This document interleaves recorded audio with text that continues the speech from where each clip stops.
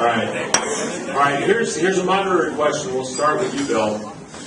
A lot of these people may not know your background. All of you who didn't have introductory statements, didn't have a chance to talk your background. I want to know one thing out of your background. One thing, one incident, one life experience, one event that uniquely qualifies you to be a congressman. I told you to be hard. One event. For me, it's the time when I decided that I need to go back in the Marine Corps. After 18 years, not in the civilian world, I saw the divisiveness, the politicization of the war, 2005, and it became evident to me that I needed to get back into the military after 18 years. Why is that important? It demonstrates service, it demonstrates a willingness to sacrifice one's family, to get back into the military, and also to put one's life at risk for this great country. Thank you.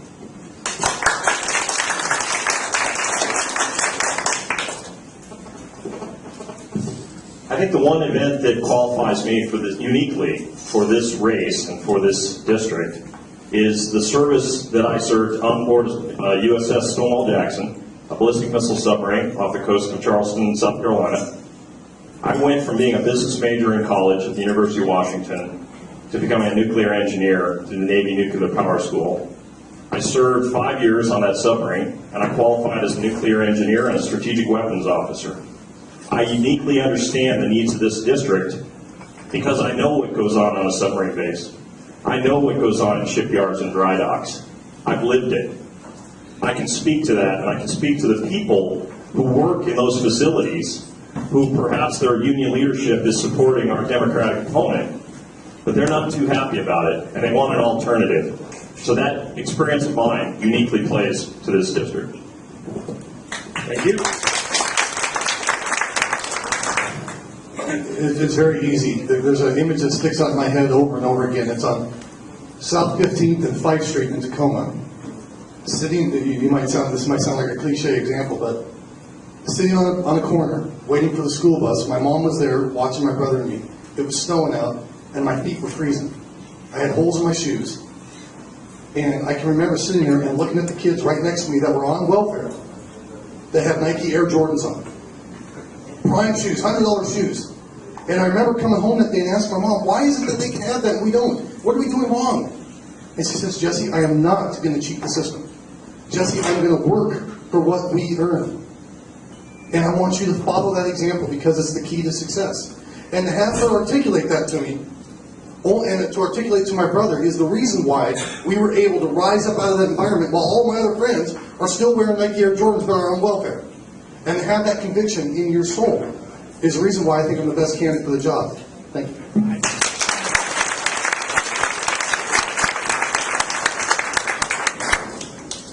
I single-handedly created this opportunity that we have. I destroyed Norm Dix's career. I was there alone with the courage necessary to call him corrupt to his face. I was a person who exposed the extreme corruption that he was involved in. I sent private investigators to talk to the female lobbyist that was being ran, was earmarked hundreds of millions of dollars. She wouldn't admit anything was going on, but she was shaking like a leaf. We knew we were on to something. I attacked. I have demonstrated that I have the courage, the strength, the intellect, the outright rightness of purpose that is necessary in these difficult times. We're in a crisis situation. We need people that have demonstrated achievement, not people who have pie-in-the-sky ideas. I am ready for this opportunity that I created. I destroyed Norm Dix's career. Franklin, we'll start with you on this one. How would you define the relationship between the United States and Israel? If you were in the House, what would be your goal? Well, first of all, I have to be very honest. I am a Christian Zionist. I fully support the right of Israel to defend itself. And I would no longer put shackles on Israel and blackmail them to tell them they can't defend themselves. Now, I do feel that foreign aid, we don't have the money for foreign aid. But we give a lot of technology to Israel, and they improve it for us, and then we own the intellectual property rights for that. So in my mind, that's a joint venture for R&D for our military, and that should be within the military budget, not foreign aid. I fully support the one ally, the ally in this world that has always supported us. They're the most reliable ally we've ever had in this world. The Jews in Europe actually contributed to George Washington's campaign to keep our military alive during the Revolutionary War. If it wasn't for their contributions from Europe, we wouldn't have the freedom that we have today. Thank you.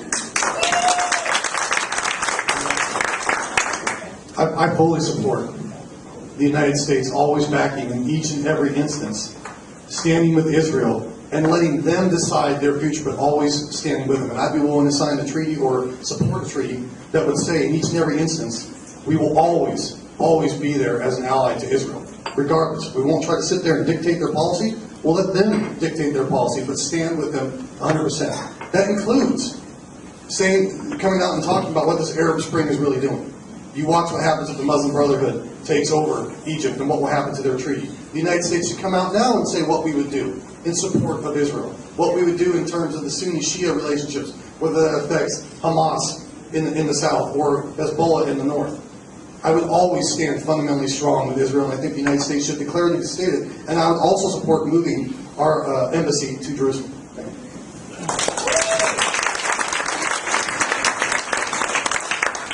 Well, it depends on the circumstances, doesn't it? Every political problem has a different set of circumstances. Right now, certainly, we should support Israel. There may be a time that we shouldn't. We don't know. I do think it is important, however, to keep our link with God's chosen people and their chosen homeland, obviously. But let's be real here. You can't make blanket statements about any aspect of policy without knowing the circumstances that are current at that time. So that's my answer to that.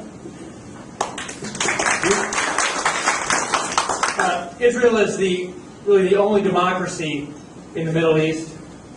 From that emanates economic strength, defensive strength, and it's an important ally for the United States. The United States has stood with Israel throughout its history.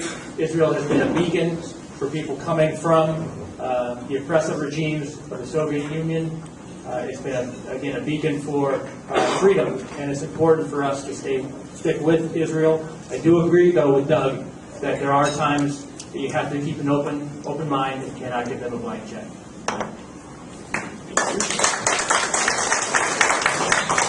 Next question. What is the role of the federal government in education? Mr. Young. How about no role?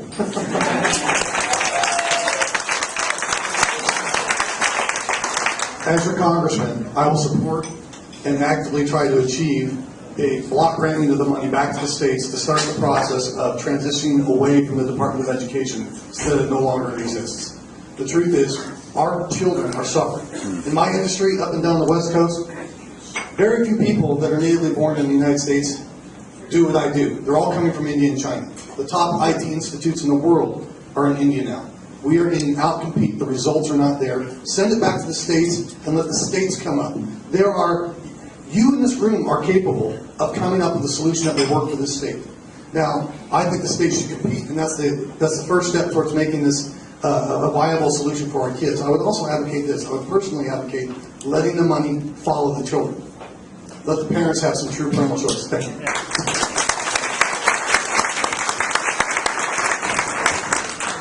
Well, a couple weeks ago I sent around a newsletter that outlined the fact that since the Department of Education was formed, there's been no statistically significant increase in test scores. So therefore, despite the billions and billions and billions of dollars spent, nothing has happened. They haven't moved the needle at all. So therefore, it's an ineffective use of our money. And I would suggest that the federal government gets totally out of the education business. And I'll tell you why. Because with each dollar, it's always a kind of a golden handshake where you got conditions. You have to teach this course, that course, this way. It becomes an indoctrination thing. Education now is a lot of waste of time. I can tell you right now, as a lawyer, I could have learned all the skills necessary to be a lawyer within probably 18 months after I graduated from high school. We have wasted our youth's time, we have wasted our youth's creativity and energy with this ridiculous emphasis on straitjacket education.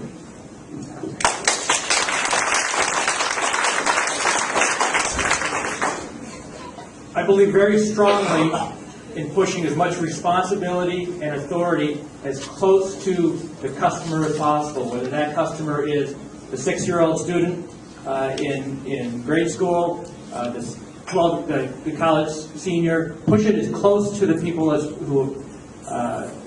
to the customer as possible. So give as much authority to the principals and the teachers as local as possible. That translates in terms of the federal government getting out of education, pushing those resources, pushing that authority to the states and local governments and local school boards as closely as possible. Again, having as much competition, much innovation as possible at the local level. Those of you who know me know I tend to always view things through the prism of the Constitution. And I find no part of the Constitution that enumerates a power for the federal government to handle education. Ergo, that belongs to the states, and we the people within our individual states. So, like Jesse, I'm for dismantling the Department of Education. Send that back to the states. Because right now, the federal government acts like the mafia. They take their 10 or 20% cut, they send the money back, and then they tell you what to do. Has the federal government from on high ever known better than the people what to do? Is the department, does education exist today in our country better than it did before the Department of Education? Then get rid of it.